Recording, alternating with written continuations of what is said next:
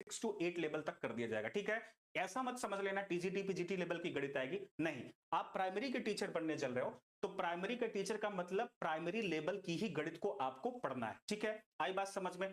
तीसरा हो गया, आपको भिन्न की संकल्पना तथा गणितीय संक्रियाएं, यानी कि आपको फ्रैक्शन पढ़ना है और भिन्न में कैसे बड़ा छोटा जोड़ घटाना गुणा भाग ये सब सारी चीजें हम लोग करते हैं, ठीक है। आई बात समझ में।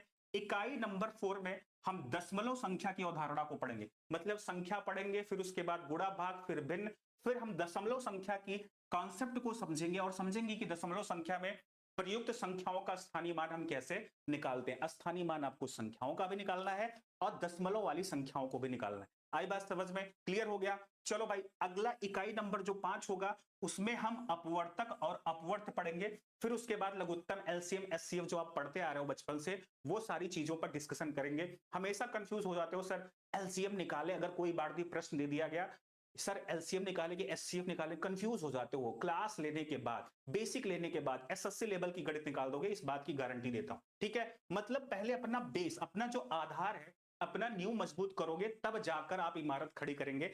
अगर खोखली नींव होते हैं तो इमारतें ढह जाया करती हैं। आई बात समझ में, क्लियर हो गया, ठीक है। इकाई नंबर 6, देखो एक चीज ध्यान रखना, इकाई क्यों लिखा गया है, क्योंकि हिंदी मीडियम में ही आपको सारे एग्जाम देने हैं, इसलिए इसको हम हिंदी में ही लाए हैं। एक चीज ध्यान रखिए, भाज्य और अभाज्य संख्याओं का अर्थ वही लघुत्तम समापवर्तक, महत्तम समापवर्तक। 7वें में हम प्रतिशतता को पढ़ेंगे कि प्रतिशत का अर्थ क्या होता है, प्रतिशत संकेत प्रतिशत का अर्थ क्या होता है, इसको ज्ञात कैसे करते हैं, ये सारी चीज। 8वें चैप्टर में हम लोग पढ़ेंगे सांख्यिकी के बारे में, जिसमें हम पिक्टोग्राफ, पाईग्राफ और ये सारी चीजें हम लोग पढ़ेंगे। सर ऐप पर कब से चलेगी क्लास? ऐप पर ऑलरेडी क्लास चल रही है।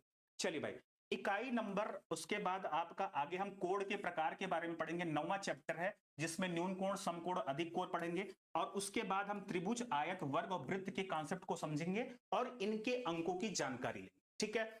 इतना आपका विषय है, इतने चैप्टर आपको क्या करने हैं, पढ़